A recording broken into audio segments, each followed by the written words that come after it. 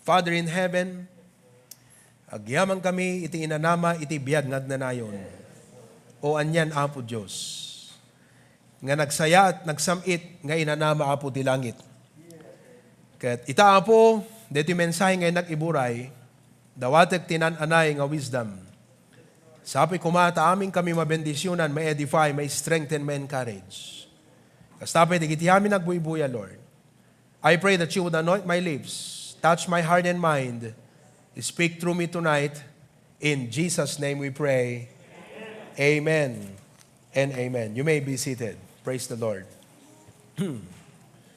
Itang Arabi kakabsat, I would like to start a series of lesson entitled Thriving in Life by Seeing the Lord. Thriving in Life by Seeing the Lord. Nasurukan nga makatawen, nanipod iti nag-lockdown. Nasurukmatan nga makatawan, nanipod iti nadamdamag tayo, dahil COVID-19 kakabsat, and it became a pandemic. And because of this, adu dagiti apektado economy, adu nga tao ti apektado families, businesses, jobs, adu ti nagbalin nga jobless, some are going homeless, and others are getting hopeless. Ngayon kada tayo nga naktiyapo kakabsat, what a blessing. Because even in times of crisis, Christians are known not only to be surviving people, but thriving people. Ti prayer ti dating Arabi kakabsat, katsapay kuma, ta-realize tayo that we are not only surviving, but we are thriving. No surviving ko na tayo kakabsat, dati makaraos tayo laang tinaldaw-aldaw. Ngam ti thriving kakabsat, kat we are glowing. We are shining. We are an instrument of God's blessing. The point na deti series tayo for the next 2 months probably is I'm going to teach you how we can thrive in this life by seeing the Lord. Praise God, He gave us talents. He gave us our personality. He gave us our skills. He gave us resources. But all of these are nothing without the Lord. So with what we have, with what we are, with who we are, with how the Lord has blessed us, anyaman digit into tiyapo, like to show you tonight that by seeing the Lord, babaan ti panangkita tayo, wano pa nakakita tayo ti Apo, kadigiti pasamak iti panagbiag. That's the key for us to thrive. Dayjay ti tulbek kakabsat, nga mang-energize, kan mang-activate, ti biag tayo, tapnon digiti inted ti Apo kakabsat, agbanag ti biag tayo, nga thriving. No one is perfect. Everyone fails. But do you realize na kayong iti Apo? And here's the reason why you and I will thrive. In the next Wednesdays or Sundays maybe, I'm going to discuss to you on see the Lord in your situations, see the Lord in your success, see the Lord in your sorrows, see the Lord in your stewardship, see the Lord in many, many things. Kadigiti banbanag, makita tayo kuma iti Apo. Tonight, I give to you the lesson 1. The lesson 1 tayo kabsat is see the Lord in your sufferings. See the Lord in your sufferings. What a blessing. I hope and I pray nga kada kayo agbuibuya, Zoom, wano Facebook Live, awang kumat pa nagpugsat na kakabsat, tapno awan mamisan yung uray may isang balikas, nga may kasaba from this pulpit tonight.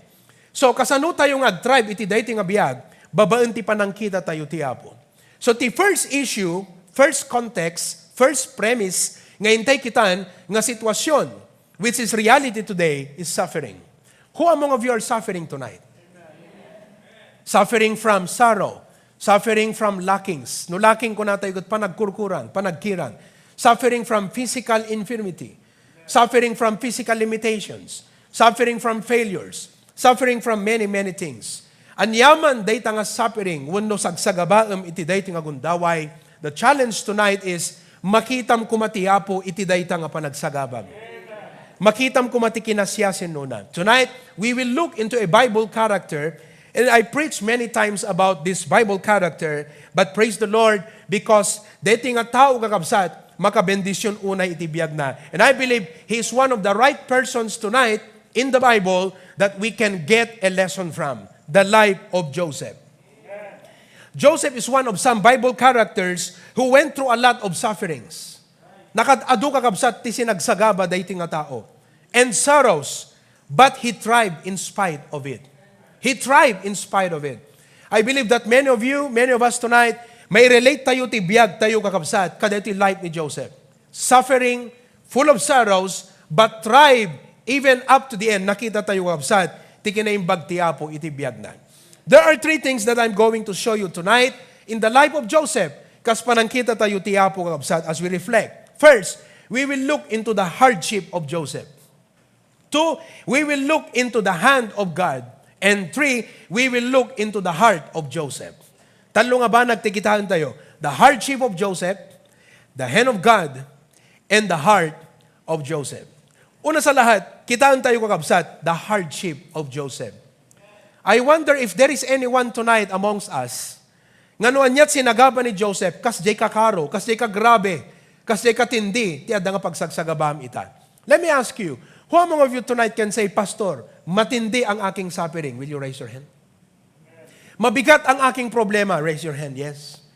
Permi aganik kita riknam nga makapanunot kakabsat. Permi nga agkapoy di panunot mo, nga mang panunot dito agda makasagsagabaem. Let's look into the hardship of Joseph. I believe, aside from others in the Bible, amongst all others, Joseph had suffered more than anyone among us tonight. Because at his age, very young, ubing pelang kakabsat, permin di pa nagsagaba ti biyag na. First of all, he was scorned by his brethren. One time, adati dream na kakabsat. Kat dito nga dream, nakita na kakabsat ti 12 nga binettek. Adamay sa idating nga, binettek nga dito naggabasan. Nabettek kakabsat. 12 in a circle, adamay sa ide middle. Kat nakita na nga each kadigitoy nga binettek kakabsat, at dadigiti kakabsat na nga nakatakder sa jay. Kat isuna at dadjay tingal. Kat nakita na ijay dream, nga digitoy binettek, kakabsat, uno nagapas, digiti kakabsat na, kat nagbaw da amin. Samantalang DJ, ginapas na nga dadjay tinga kakabsat, nakatakder. The following day, inistoryana ka digiti kakabsat na. Inistoryana ti imatang digiti naganak na. They scorned him. They belittled his dream. Kat kung kinatawaan da kakabsat, kat kunada, anak kahit mo sa unading. Agkurdo kam to ka. Well, of course, we know, fast forward, nga digiti nga kakabsat, they didn't know, nga DJ nga dream kakabsat will surely come into reality. Even his parents scorned him. Maybe tonight, in your situation, some people are belittling you. Adamang tagtagabasit king ka. They do not believe on your dream. They do not believe on your talents. They do not believe on what God can do through your life. Listen to me tonight. Joseph suffered scorning from his own brethren. And you know, when people scorn you, when people belittle you, when people criticize you, ket kunada, anyamit, you feel demoralized. I hope that tonight, deta nga pa naka-demoralize mo kabsat, tiyapo ibangon na ka, tapnon ti kasta, you will not be a slave of your demoralization, but the Lord will encourage you, lift you up, so that no anyaman ti kinakapoy mo, the grace of God will enable you and you can thrive. He was also sold by his brethren. Inlako kakabsat, digiti mismo nga kakabsat na. I have not known of anyone among us in this church, in our ministry. Do you know anyone in our church ngayon lako ti kabsat na? Mabalin nga inlawan na siguro, ngem awan nang ilako king kuana. Mabalin nga danang ilawan king ka. Mabalin nga kabsat nga da iti hinang take advantage iti kina simplem nga tao. Ti kina sayaat mo nga tao. Ken ti kina emmam nga tao kakabsat. You know, tinagibasit na ka when no tinake advantage na ka. Kat nasakit para iti puso ni Joseph that his own blood, his own brethren, kat inlako da kakabsat isunan. They sold him. Kumbaga, kapalit ng kanilang kapatid are 30 pieces of silver. Kapalit nun, mga kapatid. He was sold by his own brethren. And I don't know what family feud, what family misunderstandings, or what family problems you are experiencing right now. But definitely, Joseph had a big deal of share of suffering as far as family is concerned. The hardship that Joseph suffered, next, he was separated from his own family. At a very young age, kakabsat, he was sold and taken into Egypt. Dinala po siya sa Egypt, mga kapatid. Napakasakit, Kuya Eddie. Batang-bata, all throughout his childhood, kadkadwa na latta kakabsat, dagiti naganak na. Katakta ko na, dagiti kakabsat na. He enjoyed being the favorite of his own father, if you remember the story. Because the father na inyaramida na iso na coat made of different colors. So he was esteemed more than his own brethren. And this time, dating a close family ties is immediately, untimely kabsat, it will be broken and he will be separated from his family. Anyan garik na, would you put yourself in his shoes? Naimbagpay kada tayo, no digiti anak tayo, mapanagbasat Manila, mapanagbasa di Baguio kakabsat, at least at the cellphone. Makapag-FaceTime, makapagsutungtong, malayo man pero malapit din. Eto mga kapatid, malayo na, talagang malayo. Malayo siya, talagang sobrang layo. Because there is no way he can ever talk to them again. And most likely, there is no hope that he will be able to see them again. Katkas dilatan kakabsat, bigla nga nayadayo. Nagpintas nga drama din kami. Kaslan sa day drama dito Lion King, dito basit nga lion kakabsat nayadayo kung nanang na. Ado ka da kayo tinagsangit, ala. How much more in the life of Joseph, mas grabe mga kapatid yung pangyayari sa kanya. He was separated from his family. And then he became a slave to Pharaoh. A slave to Pharaoh. Doon sa bahay, paborito siya. Iti balay kakabsat, I believe he had his own responsibility at home. But this time, it's a share of responsibility that he has never had before. Ngayon so na agubra kakabsat, at the master na. Dati, agubra iso na di balay, nga mahan nga master ti tatang na father ti panang trato na. Ibaon dagiti manong na, but they are not his masters, manong na ida. But this time, he's not working for a father. He's not working for an elder brother. He's a slave working for a master. Binili po siya ni Potiphar. Because during those time, mga kapatid, usong-uso pa po ang tinatawag na slavery. Gatangan da ka di market at a price. And Potiphar, being an officer in Egypt, nakita na kakabsat ni Joseph kat kunana, magpira. Malakas tong taong to. Siguro kinasarsarita na in-interview na. Di pa nagsungbat na kat kunana, magkano to? Kat kunada, kastoy deta. Siguro impangato damat na nakita da nga da kalibre di ubing.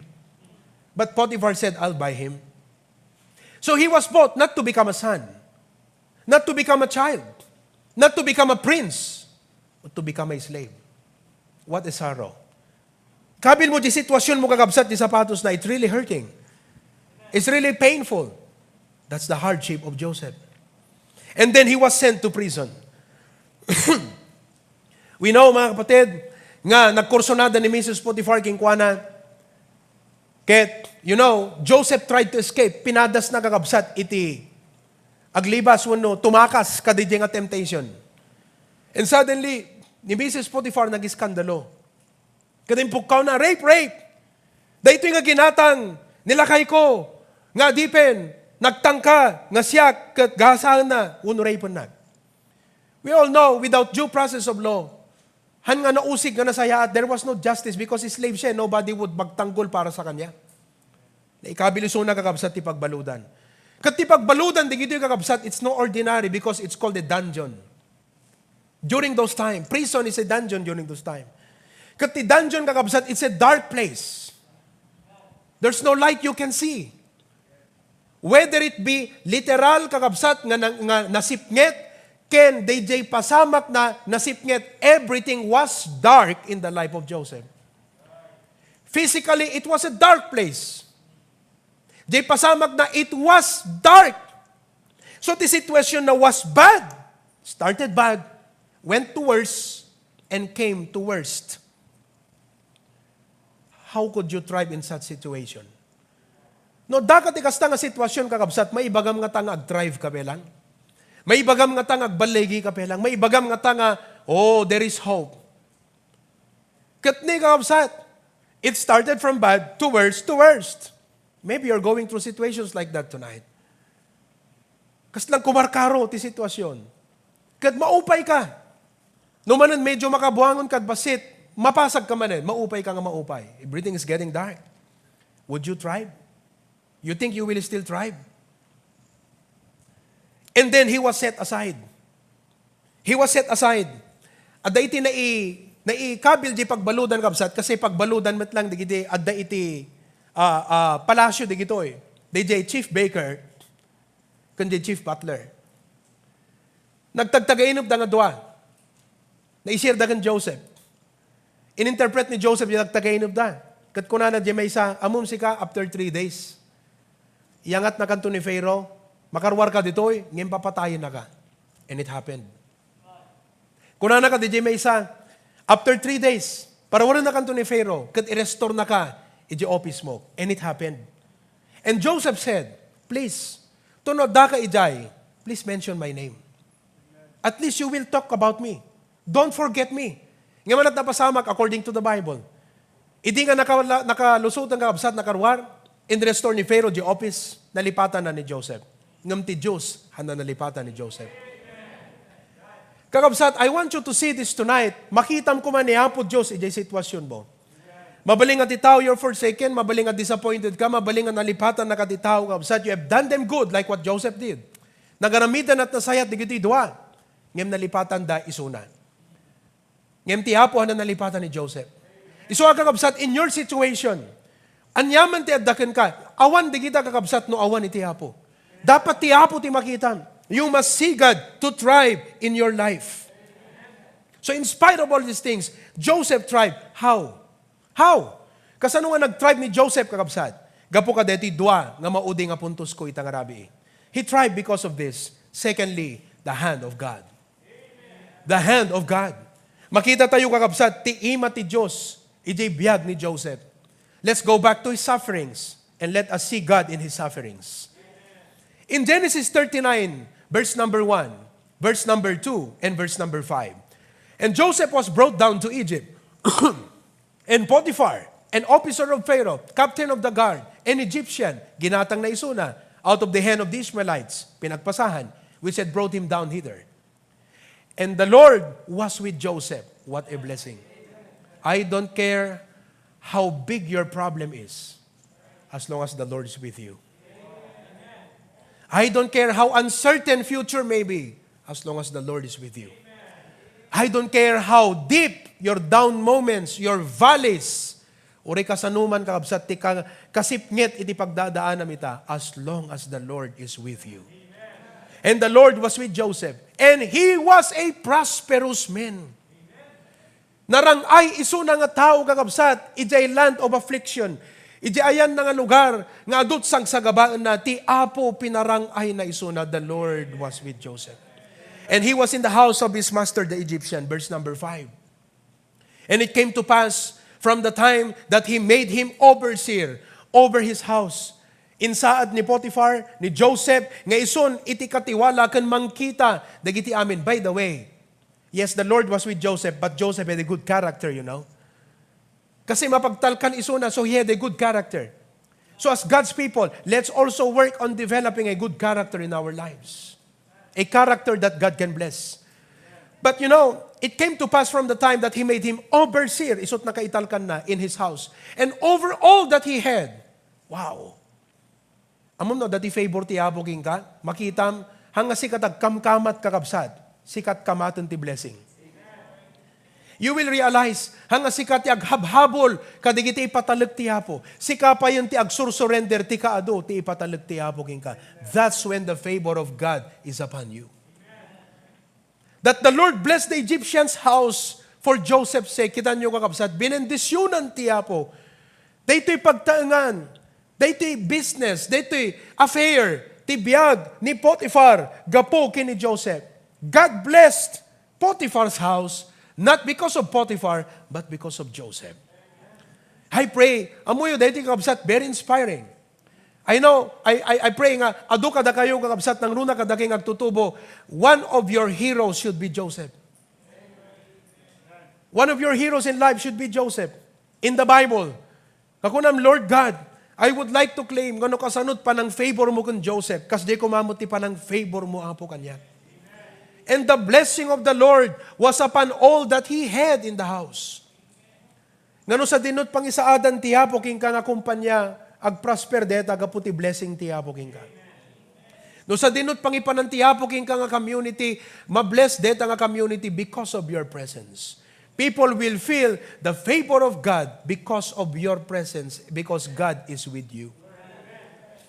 Came to pass ko na nakabsat upon all that he had in the house and in the field. Uray di taltalong binendisyonan ti Apo. The hand of God in the life of Joseph. In Genesis chapter 41, idinaganak ni bakit nagakabsat. Gaputa, mabigbig na ti addo nga kinasaya at kinaimbag ti Apo king kuana. Pinanaganan na digiti duwa nga anak na iti, Genesis 41 verses 51 and 52. And Joseph called the name of the firstborn Manasseh. Api nga Manasseh, kunana panaganan ka barok ti Manasseh. Mumno apay, because God hath made me forget all my toil and all my father's house. Meaning to say, your name will always remind me. Nga iti kalaksidan dagiti adu nga hurts nga saem nga nagpadpadasak ti Apo iti nang liwliwakan niya. God had made me forget. Nagsaya atin kakabsat.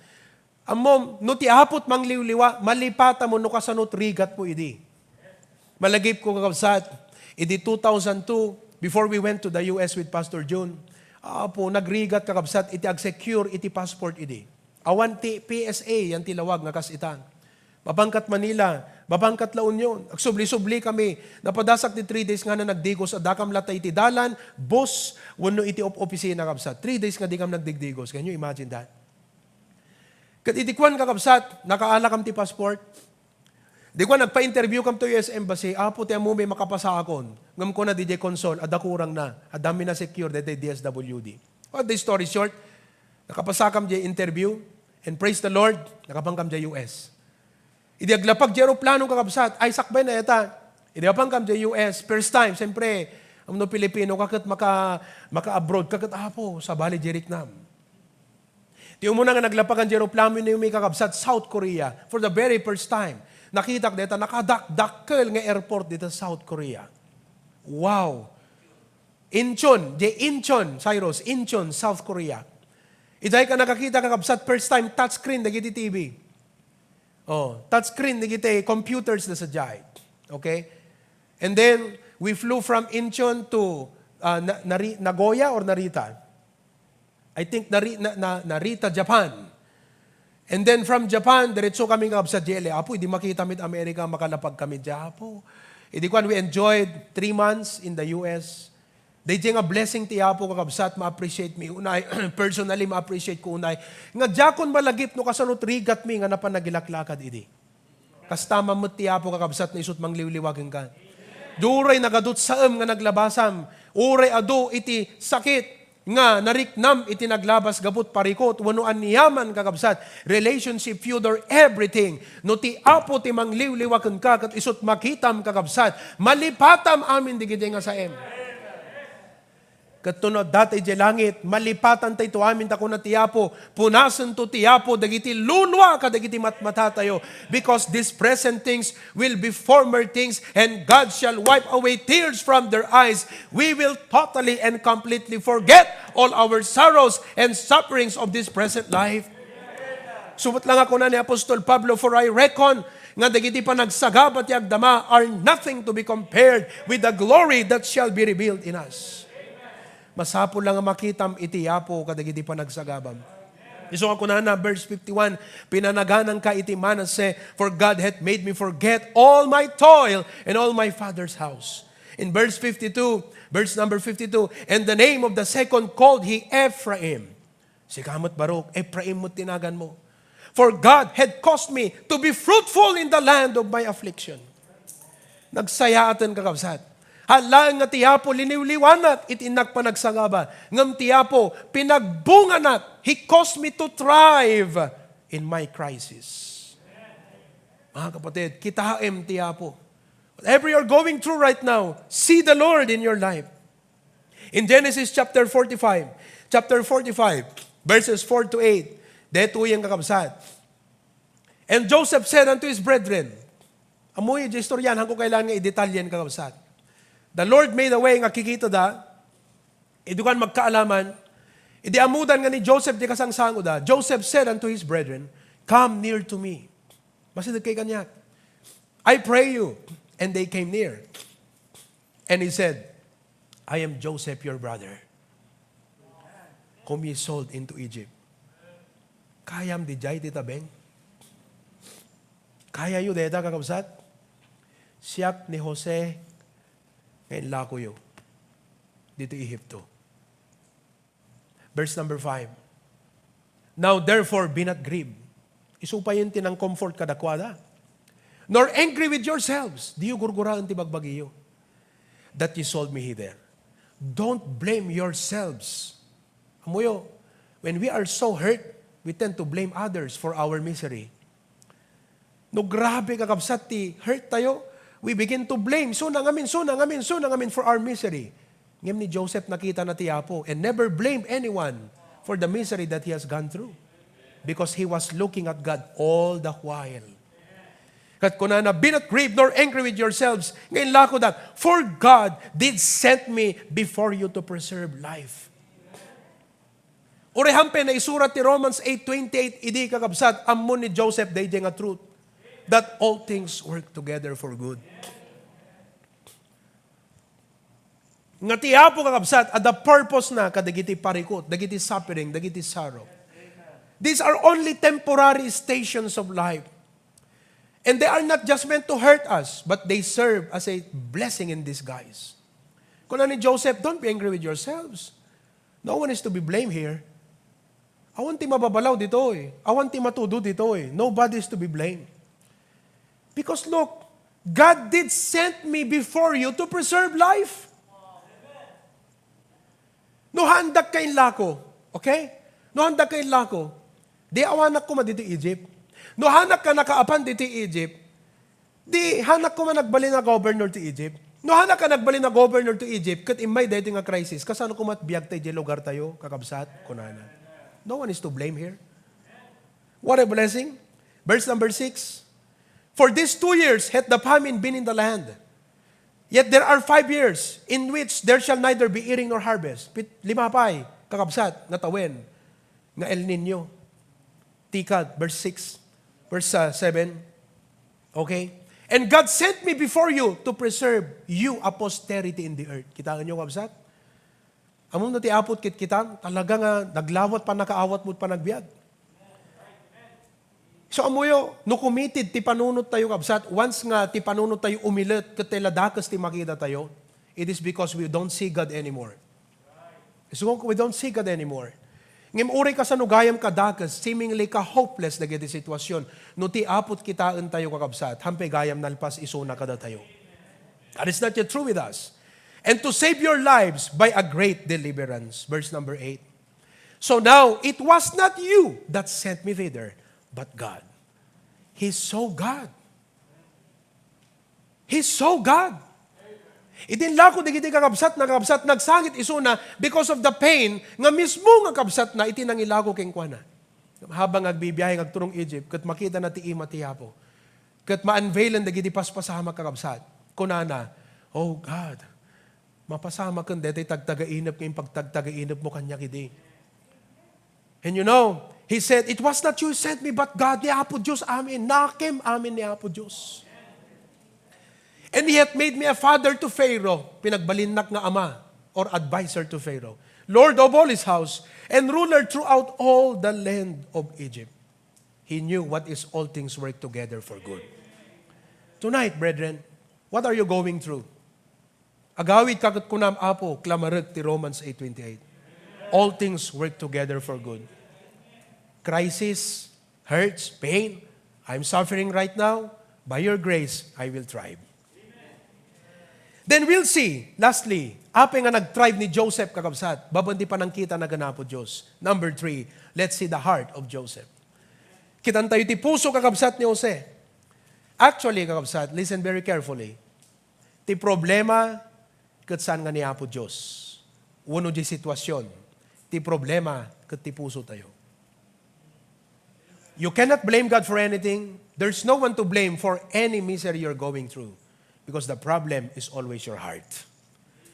Tanyaman di giti pasamak. Like this, nakita tayo kabsat, gaano kagrabe ang pangyayari sa buhay ni Joseph. Injustice, say it. Hindi makatarungan, go ahead. Rights are violated, everything. Name it all. Bagamong kakabsat. Nasa everything. Dark life, everything. Nandun na sa buhay ni Joseph. But look at his heart. All the while, look at the heart of Joseph.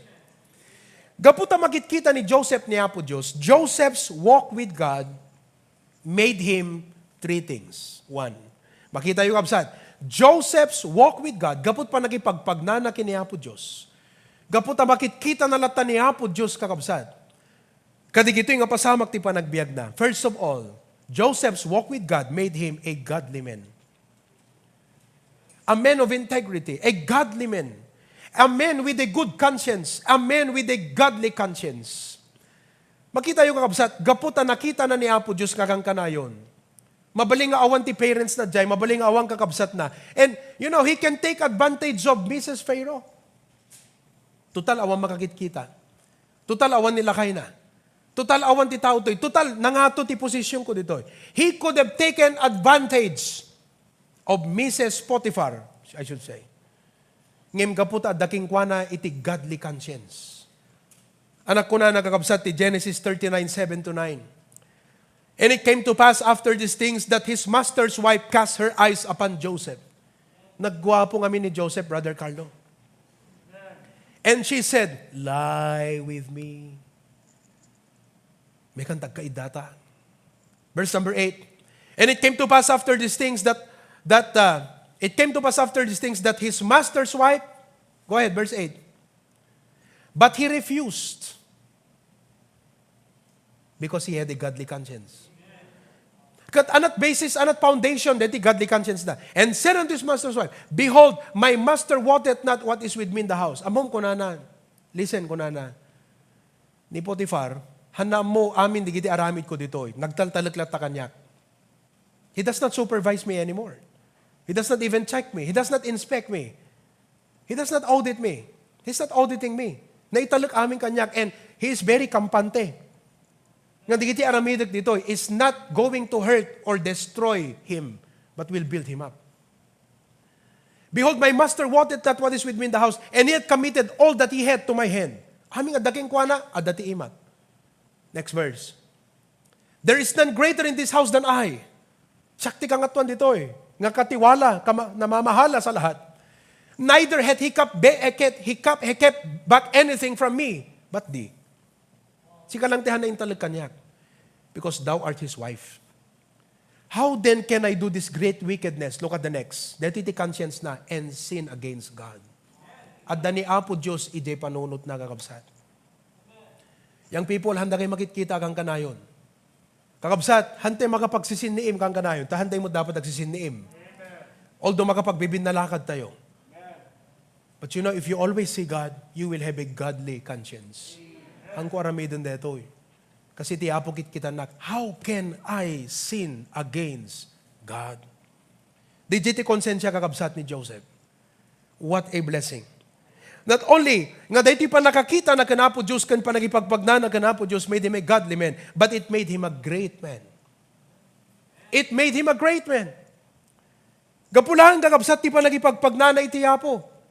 It made him a great man. Look at Genesis chapter 41, 39-46. And Pharaoh said unto Joseph, for as much as God, binigbigan ni Pharaoh ni God, ni Joseph, ni Apo, hath showed thee all this, there is none so discreet and wise as thou art. Nagpaidumat sirib nga dagang Joseph. Amoy no apay, gaputa ti Apo daking ko na. Verse number 40, let's just continue to read, okay? Thou shalt be over my house. Wow! Kuna ni Pharaoh, Joseph, you will be over my house. And according unto thy word, shall all my people be ruled. No anyat ibagam. Kasta iti pa nakaipataray. Iti si bubukol ng Ehipto. Only in the throne will I be greater than thou. No may panggap ti management, kwam amin Joseph, ti authority siyak, nga tuwak kam sika. Ngam no pan nakaimanehar ti amin, sikan ti magambo. God made him great. Verse 41. And Pharaoh said unto Joseph, see, I have set thee over all the land of Egypt. Next. And Pharaoh took off his ring from his hand and put it upon Joseph's hand and arrayed him in vestures of fine linen and put a gold chain about his neck. Can you imagine? Ni pay Pharaoh tinapan ng ikahusking kuana. Parang sinasabi niya, if I will put it this way, bring here! Sabi niya, dalhin nyo rito yung vesture, dalhin nyo rito yung damit. Let me do the honor ng mga ikabil kini Joseph. Next verse. And he made him to ride in the second chariot. Labas tayo, anya. Tignan mo yung chariot na yan. Hindi ka mamimili. I will pick my choicest. Dahil iti pagluganan. They cried before him, bowed the knee, and he made him ruler over all the land of Egypt. 44. And Pharaoh said unto Joseph, I am Pharaoh, and without thee shall no man lift up his hand or foot in all the land of Egypt. Amin nga maaramid ditoy, Joseph, with your approval. And Pharaoh called Joseph's name Sapnat Paneah, and he gave him to wife Asenath, the daughter of Potiphar, priest of On. And Joseph went out over all the land of Egypt. 46. And Joseph was 30 years old. Life begins at 30. Amoy ti challenge ko kada kay nagtutubo. From teenager until 30 is your preparation to become a man and a woman of God. Make sure that when you're 30, you are a very responsible person. Pero mahirap na yun, di ba? Pero praise God, may ganitong mensahe. Stood before King of Egypt, and Joseph went out from the presence of Pharaoh and went throughout all the land of Egypt. Because Joseph walked with God, the Lord made him a godly man. The Lord made him a great man. Kat dito pa nagipagpagna na kiniyapo Diyos, lastly, he became a gracious man. Amom no tao nga makipagpagna ka itiapo na parabor ka. Naasi ka. Gracious man. Kita nyo kakabsat ti ka gracious. Amoy no gracious kaming kat di ipaay mo iti blessing ka di tao han na ma-deserve ngem han nga ited mo han nga gaputa ma-deserve na ngem gaputa na parabor ka. You give to that person not because the person deserves that gift but because you're a gracious person. He's a gracious man. Kat anak ko mat ma-deserve di kiti kakabsat na. Kumpara di inarami daking kuana, hangata nga dapat parigatan na madida. But he was merciful. He did not give them what they deserve. And he gave them what they don't deserve. Inted na kadakwada di da ma-deserve, kat di na inted kadakwada di ma-deserve da kuma na punishment. But he did not give it to them. But he gave to them what they don't deserve. Kita nyo kabsat 18 to 21, let's just read this passage quick. And his brethren also went and fell down before his face. And they said, Behold, we be thy servant. Ayun na yung kanilang drama eh. Joseph, ading, sir, sorry, hanggang nga ading, sir, we be your servants. And Joseph said unto them, Fear not, for am I in the place of God? Kita nyo, makita na every situation, makita na ni Apo Diyos. For am I in the place of God? But as for you, you thought evil against me. Yeah, dakas di pinanggap yo, but God meant it unto good. To bring to pass, as it is this day, to save much people alive. Verse 21. Now therefore, fear ye not. I will nourish you. That is grace, mga kapatid. Laksid ti inarami, digiti kakabsat, naging kuana anak ko na, I will nourish you. Think no evil, nga kaslang adda panggap ko nga dagas kada kayo, no. Everything is clear because God made me forget everything. Huwag nyo nang isipin yon. I will nourish you. Halada kayo, your little ones. What a responsibility. Nagdakkel nga responsibilidad. Kala Samaritan, dahil kabsat, good Samaritan. And he comforted them, and he spake kindly unto them. All because, iti pa nakipagpagna na kanapo Diyos. Brethren, we can thrive by seeing the Lord, by walking with God. And when we walk with the Lord, whatever be the situations, seeing God will cause you to thrive in spite of that situation. Your walk with God will make you a godly, a great, and a gracious man. Look at that. Whatever is your situation right now, seeing God, babaan ti pa nakakitam kiniapo Diyos. They jay ti mamagbalingking kang agbalegi in spite of it. Your walk with God will make you a godly, a great, and a gracious man. What a blessing. The life of Joseph, see the Lord in your sufferings. Sana po naging pagpapala sa inyo ang mensaheng ito ngayong gabi. And all of God's people, say aloud! Amen. Don't forget to share this message. Alam mo, pag na-bless ka, i-share mo to. You never know. By ma-bless sa preaching na ito. Amen? So, mga kapatid, marami pa tayong tatalakayin. At napakaganda po ang series na ito, Thriving in Life by Seeing God. I hope that tonight, saan lang ito problema ti makita? Saan nga di kiti naglabas iti kitaem? Hanga ti pain ti kitaem. No di ket ti Apo ti makitam.